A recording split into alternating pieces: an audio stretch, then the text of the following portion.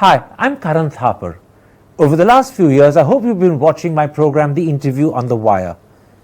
During that period, I've interviewed doctors, politicians, businessmen, scientists, authors, and even the occasional Nobel laureate. For me, it's been exciting. I hope it's been enjoyable for you. But these, as you know, are tough times, and if this program is going to remain bold, independent, and sometimes even defiant, then I think we need your support. At the end of the day, it's a truism, but editorial independence is best defended by the viewers. So if you would like this program to remain the way it is, forthright, outspoken, and interesting, then would you consider supporting us?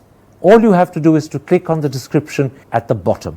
But more than anything else, I hope you will continue to watch the interview. Your viewership means an awful lot to me.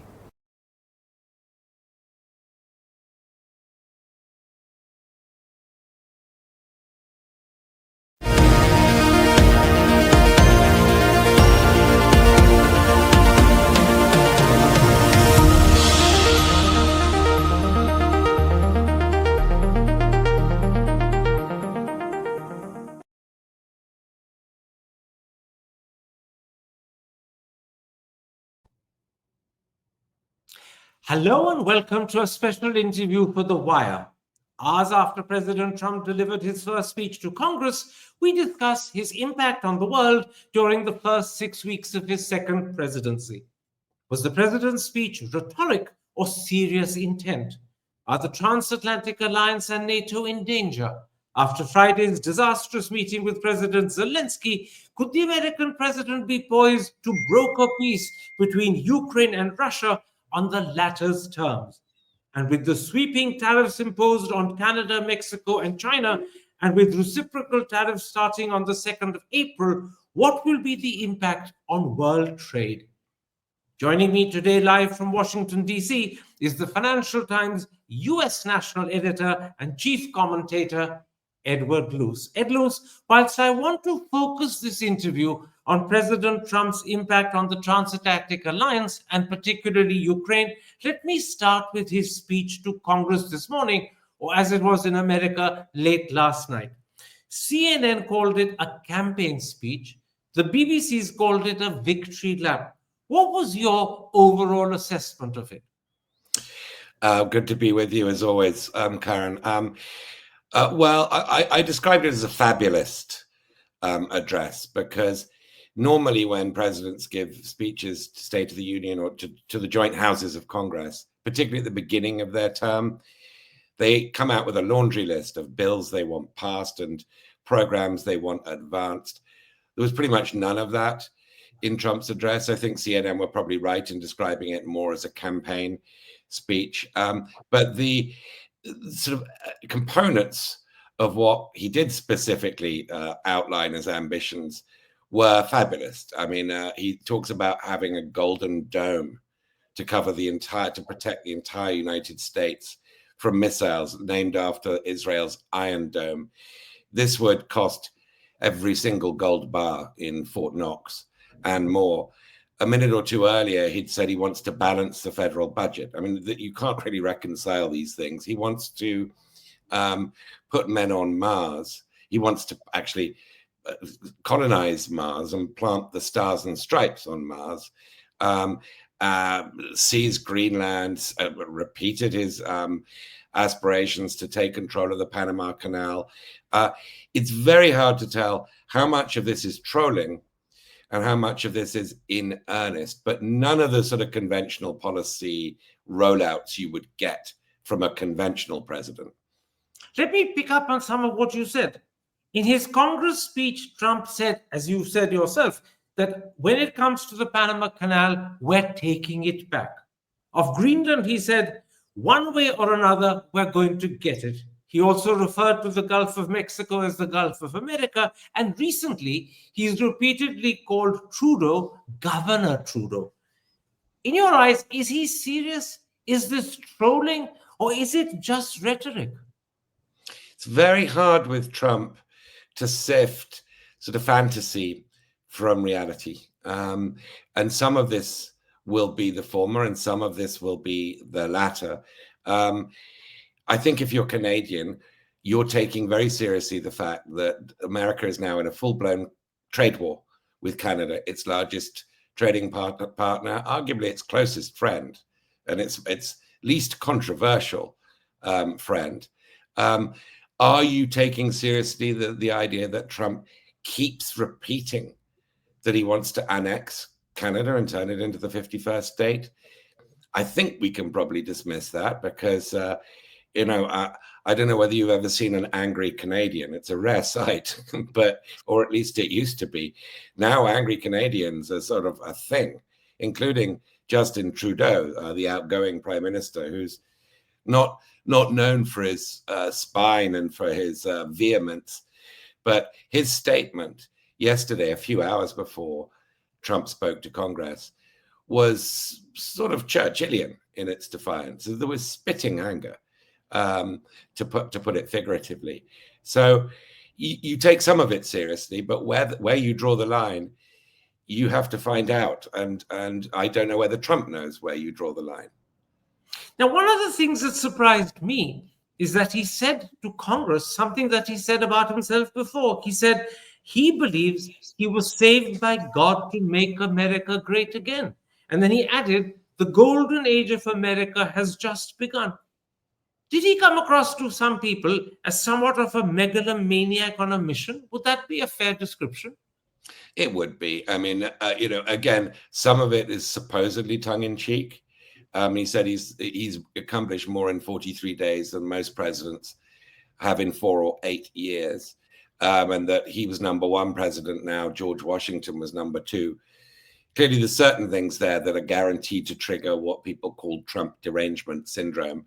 But he kept referring and has kept referring to the fact that God saved him last July from the assassin's bullet so that he could make America great again.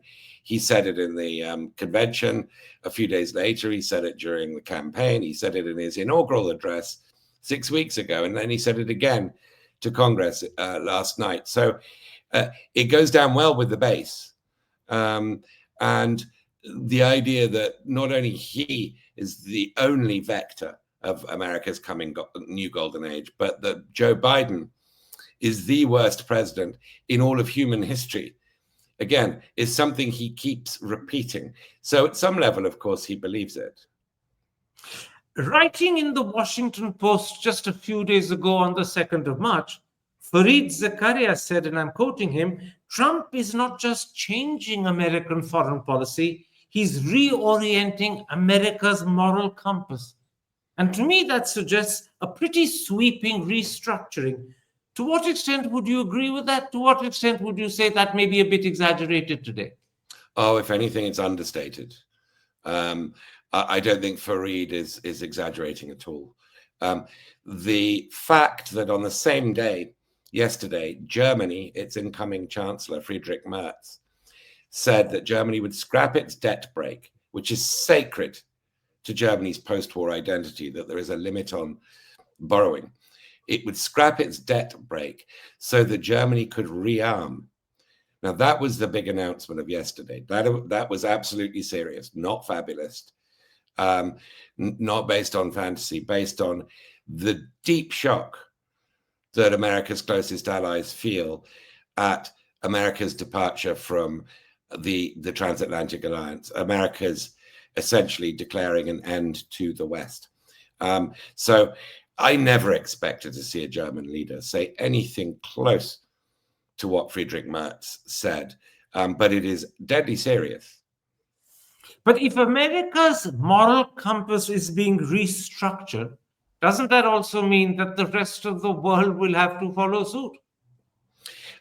It means the rest of the world will have to react. And of course, depending on where we sit, we will react differently. For Russia, for Vladimir Putin, this is a real field day in terms of its narrative on the global stage, in terms of it being welcomed back to international fora, and in terms of its battlefield opportunity with Ukraine. Just overnight, having frozen all further military aid to Ukraine, Trump has now suspended any intelligence sharing with Ukraine, which essentially leaves it blind. Now, it's not totally blind because it still uses Elon Musk's Starlink system, but I think you can guess what's going to happen with that too. It's going to be turned off. So the possibility that this stale war of attrition, where the boundaries really haven't moved very far in the last 2 years, the possibility that it becomes a tumbling house of cards for Ukraine is now very real and very live, and is entirely due to what Trump has done and said in the last few weeks. Meanwhile, Zelensky has expressed regret for Friday's meeting, and he wants to make things right. He's also said Ukraine is ready to sign the minerals agreement, and to quote him, anytime and in any convenient format. But he pointedly hasn't apologized.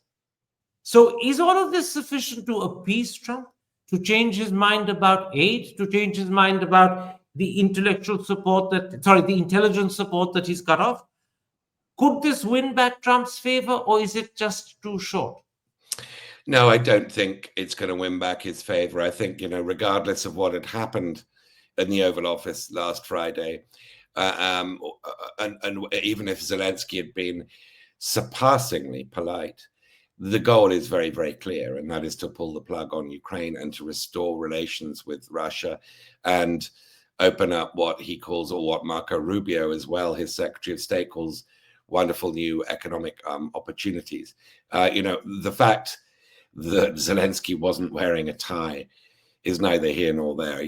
It's kind of absurd to think that if he had worn a tie, everything would now be fine. A few days earlier, the United States had voted with Russia at the United Nations. India abstained, China abstained, both as normal, as expected, and quite reasonably from their national point of view of their national interest. The United States switched from voting with Ukraine to voting with Russia. That was a pretty stark and clarifying moment, I think, for the Ukrainians. And Zelensky is accepting this deal because beggars can't be choosers, and because Europe's leaders, led by Britain's Prime Minister Keir Starmer, who hosted a meeting of the European side of the Transatlantic Partnership last Sunday, all urged him to do that, because you have to appease. Well, the way I put it is, you need to bring fruits to the volcano. Trump is a sort of potentially lethal, sort of natural and unpredictable natural force, who for the time being has enormous power. It will take time for Europe to replace the military supplies that is now frozen from America, that have now been frozen. And Zelensky accepting the minerals deal is a way of buying time. In other words, Zelensky has been goaded, pushed by his friends into appeasing Trump, but Trump is unlikely to be appeased. Yes, I think that's correct. I mean, it goes a bit further than that and gets a little bit ominous, because Trump has said, if Zelensky doesn't want to make peace, we will find somebody else. J.D. Vance, the vice president, has said similar things, as have Elon Musk. Elon Musk has described Zelensky as evil, because he's allegedly been presented here as the aggressor, which is just really odd, the sort of switching up of a victim and abuser in terms of the Russia-Ukraine relationship. And what this does, this talk of the dispensability of Zelensky, is it provides a pretty unsubtle green light for Russia to take him out. They're saying what stands between Ukraine and peace is Zelensky, and he is dispensable.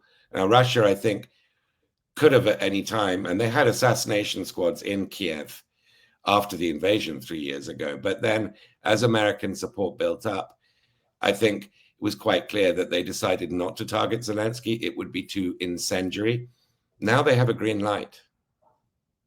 Now, in his letter, which Trump read out to Congress, Zelensky said, and I'm quoting him, Ukraine is ready to come to the negotiating table as soon as possible to bring lasting peace. And he added, I stand ready to work under President Trump's strong leadership to get a peace that lasts.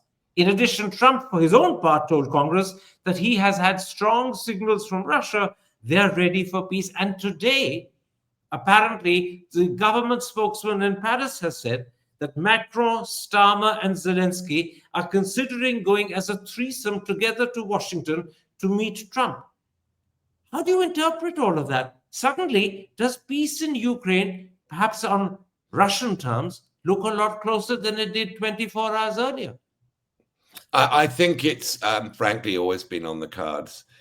What was useful about the really unprecedented spectacle in the Oval Office, with Trump and his team turning on Zelensky like that, and Zelensky arguing in vain his corner, was that it happened in full view of cameras. If it had happened behind the scenes, we wouldn't have had this clarifying moment. So I think it makes it pretty clear that Trump will impose a deal on Ukraine come hell or high water. And since that is going to happen, it's better to be with it than against it, because then you can help shape it. Now, the European hope here is that they will get the political will and the money together to be able to supply tens of thousands of peacekeeping troops to sort of anchor Ukraine's security during this cessation of hostilities, ceasefire, pause, whatever you call it, armistice, I don't know.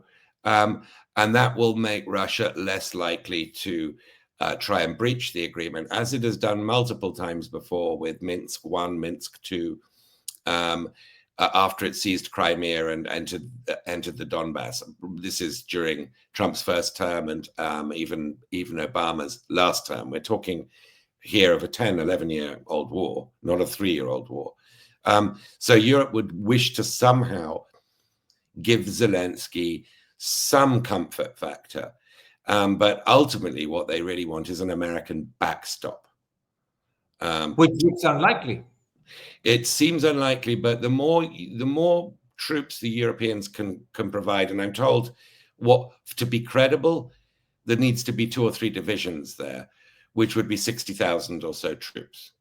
That to be credible, it would need some kind of implicit, probably not explicit, American agreement to back it up if it came into direct clash with Russian forces. Now, the bigger it is, the more extravagant it is, the more Trump might think, well, this could be a winning equation. I don't want to be on the wrong side of it. That's the theory. That's the only way you're going to persuade Trump to support such a venture, if it looks like it's got real political will behind it. But the problem is the sort of peace deal that everyone believes Trump is, as you said, hell or high water working towards, is one that would be peace on Russia's terms. If Russia retains control of the Ukrainian territory it's occupied, whilst Ukraine itself is kept out of NATO, to the world outside that will look like victory for Russia and an effective surrender by Ukraine. Yeah, it could be worse than that. I mean, the sort of hit to Ukrainian morale it's visceral. Watching their president, who'd been feted as the modern-day Churchill and hero and defender of freedom, watching him labeled as the culprit by the United States, it's hard to overstate just what a gut-wrenching moment that was for the Ukrainian people, from what I hear from colleagues there and from other reporting. So the hit to morale will cause desertions. It will also cause exodus from the country, people getting out before the advancing tanks. So that could then conjure up the specter of a sudden breakthrough in the lines and a collapse of Ukraine.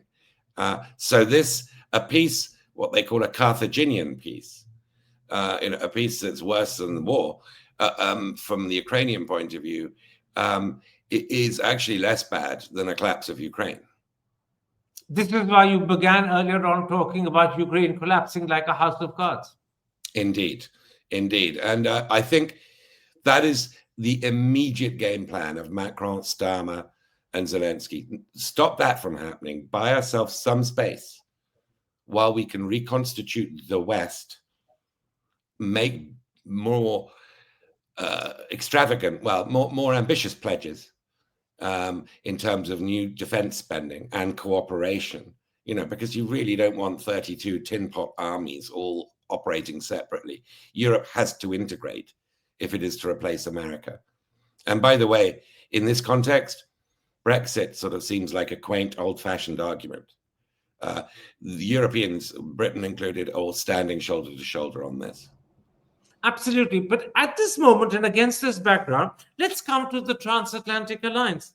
Not only has there been that dramatic and explosive meeting in the White House last Friday with Zelensky, where he was humiliated. As you said, Trump has stopped all aid to Ukraine. He's cut off all intelligence support to Ukraine. And in the meantime, Vance has ridiculed both France and Britain, although he didn't name them, for contemplating sending peacekeeping troops to Ukraine. He's ridiculed them as random countries with neither the experience nor the capability. And Elon Musk, who increasingly seems to count for a lot, has endorsed calls for leaving NATO and even the United Nations. Does all of that suggest that the Transatlantic Alliance is experiencing its worst ever crisis? Yes, and possibly it's over. I mean, I think people are treating NATO as a dead letter. NATO is, of course, held together by Article 5, which stipulates that an attack on one is an attack on all. I don't think anybody believes that Donald Trump will come to the defense of Estonia or Lithuania or possibly even Poland if Russia, emboldened by the subduing of Ukraine, then decides to sort of expand its front line. So they are acting in Europe, in the chancelleries across Europe, as though NATO is dead, and therefore it is dead, because this is it's about confidence and trust. The trust is gone. J.D. Vance, you mentioned, I think, was the sort of first really visceral hammer blow when he spoke in Munich on Valentine's Day 3 weeks ago, and said that Russia isn't a threat to you, China's not a threat to you, there's no external threat to you, the threat to you is you and your values, your liberal democratic values. And he then went on to pretty much endorse the far-right neo-Nazi Alternative for Deutschland party 3 days before the German general election in Munich, of all places, Munich, with all of its historical echoes. Hard to overstate that. I keep saying hard to overstate, and I'm sorry for repeating that formula, but we are living, in one of those periods where, what was it that Lenin said, that there are decades where nothing happens and there are weeks where decades happen. Decades have happened in the last few weeks. Tell me, what would the death of NATO mean for Europe? And combined with that, what would it be for the American people? How would they perceive it? America is deeply divided on this. And I think if you look at even Republican voters, most of them still see Putin as the aggressor and have some sympathy for Ukraine. What's played on them is, we're spending all this money on foreigners and we should be spending it on ourselves. It's not the Vance-Trump sort of overt affinity for Putin. It's more a fatigue thing. So I think America is still, as a nation, more naturally still a part of the West. And therefore, this could be a sort of monumental aberration. These 4 years of a Democrat came back in 2028, or a different kind of Republican. But the damage being wrought, not just to NATO, but to confidence in America, amongst its neighbors, Mexico, Canada, to the idea that America will stick to its word and sign deals and uphold those deals. I mean, I'll just give you one example. Trump was the person who renegotiated NAFTA in his first term. Last week, as he was talking about reimposing big tariffs on, imposing 25% tariffs on those two neighbors, Mexico and Canada, he said it was a crazy deal and why would anybody sign it? It was his deal. I mean, it's the sanctity of the contract. It also sounds pretty quaint in this context. So in the short term, people will bring fruits to this volcano. In the medium to long term, they will seek alternative arrangements. And one such arrangement, which we're already seeing manifested very rapidly, is Europe moving closer to China. That would worry Trump, wouldn't it? Maybe. It's very hard to get inside his head. I think he sees the world as a bunch of deals. And, to the extent there are any values, it is that, well, the world's a jungle and we're a predator. We're the biggest predator.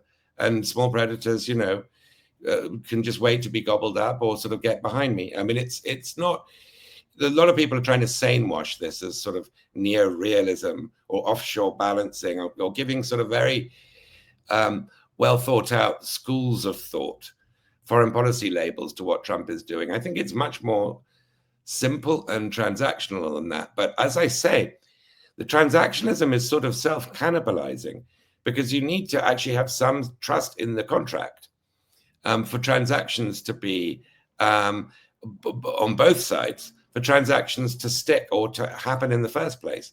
And I think that Trump is sort of vaporizing that kind of trust amongst friend or foe alike.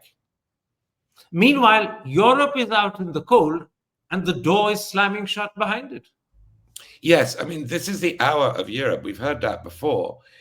The ball, the ball's in Europe's court. It's up to Europe to shape what this means. And it is very true that Europe's relied on the United States for decades. It's kind of been infantilized by dependence on the US as the provider of security, nuclear umbrella, and basically the decider. I mean, there have been moments where Europe's not followed America. France and Germany, most famously, refused to get involved in the Iraq War in 2003. Even Britain, refused to get involved in the Vietnam War in the 1960s. But generally speaking, Europe has been follower, America has been leader. Europe has been receiver of security, and America has been provider of security. That is over. So it is up to Europe to de-infantilize pretty damn quick. Finally, Ed Luce, Trump has also imposed 25% tariffs on Canada and Mexico, an additional 10% on China, taking that up to 20% altogether. And he's announced reciprocal tariffs will start on the 2nd of April. Canada and China have retaliated. Mexico has indicated that it will probably do so over the weekend. I take it we're now in a full-fledged trade war. What will the impact be on world trade?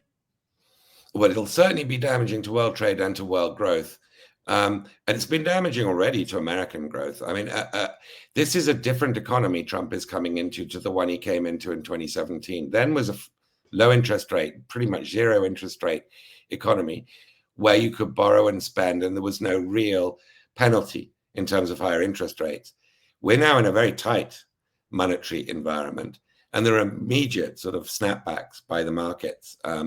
Treasury yields, meaning the cost of borrowing, going up sharply, in stock market wiping out all its gains since Trump was elected, and the forecast that in the first quarter of 2025 there will be a contraction, so the beginnings of a recession.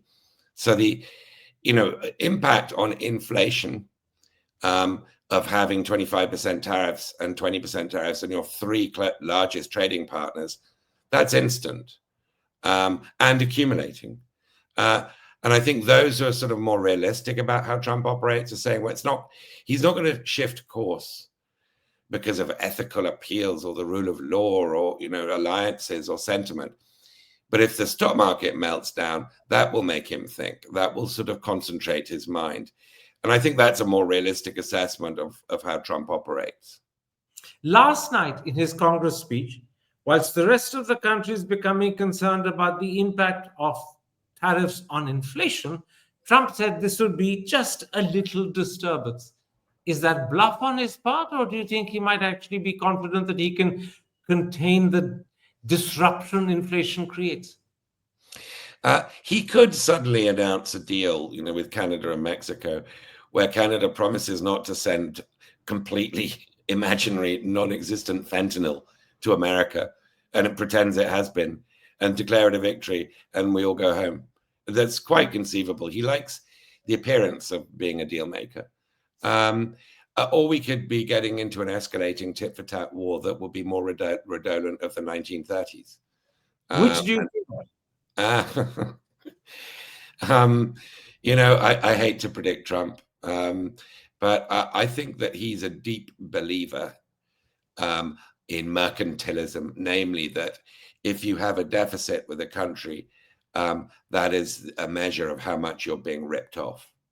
And I think that's an article of faith. It's not an evidence-based observation. In reality, the trade deficits are to do with the gap between domestic savings and income, and America has very low savings. He could drive up savings by cutting the budget deficit. What he has been announcing in the last 6 weeks are going to drive the budget deficit up, and therefore they will drive the trade deficit up. So he doesn't show much grasp of economics here. This is a sort of article of faith. And therefore, I believe we are in a period of deglobalization that could be more dramatic than just deglobalization. My last question. We've done several interviews on Trump over the last 6 months. How do the last 6 weeks since his inauguration compare with your initial fears? Well, what's happening on Ukraine doesn't surprise me. I guess the manner in which it's happening has been quite striking and clarifying. But the fact the direction is not at all surprising. We still don't know what he's going to do about China. There's a trade war, sure, but we still don't know whether he really cares about Taiwan. And it was interesting that TSMC, Taiwan's biggest and the world's most impressive semiconductor maker, announced like $100 billion of new investments in the United States. They're trying to buy, a little bit like Zelensky, pledging $100 billion here and there of Ukraine's critical mineral and oil and gas resources. They're trying to buy, through transaction, Trump's goodwill. But I don't know where his instincts lie on China. He's predatory in this hemisphere, the Western Hemisphere, no doubt about that. But he's kind of tolerant of other big predators being predatory in their hemispheres. So China is, we've yet to see where the most important bilateral relationship in the world is going to be taken by Trump. And I don't have a strong instinct on that. But certainly what Trump has done is to make everyone sit bolt upright in their chairs and worry about the future. We're not bored, I can tell you, here in Washington, D.C. There is no danger of that. Edward Luce, thank you very much for your insights and for the time you've given me. Take care. Stay safe. Pleasure. Hi, I'm Karan Thapar. Over the last few years, I hope you've been watching my program, The Interview on the Wire. During that period, I've interviewed doctors, politicians, businessmen, scientists, authors, and even the occasional Nobel laureate. For me, it's been exciting. I hope it's been enjoyable for you. But these, as you know, are tough times, and if this program is going to remain bold, independent, and sometimes even defiant, then I think we need your support. At the end of the day, it's a truism, but editorial independence is best defended by the viewers. So if you would like this program to remain the way it is, forthright, outspoken, and interesting, then would you consider supporting us? All you have to do is to click on the description at the bottom. But more than anything else, I hope you will continue to watch The Interview. Your viewership means an awful lot to me.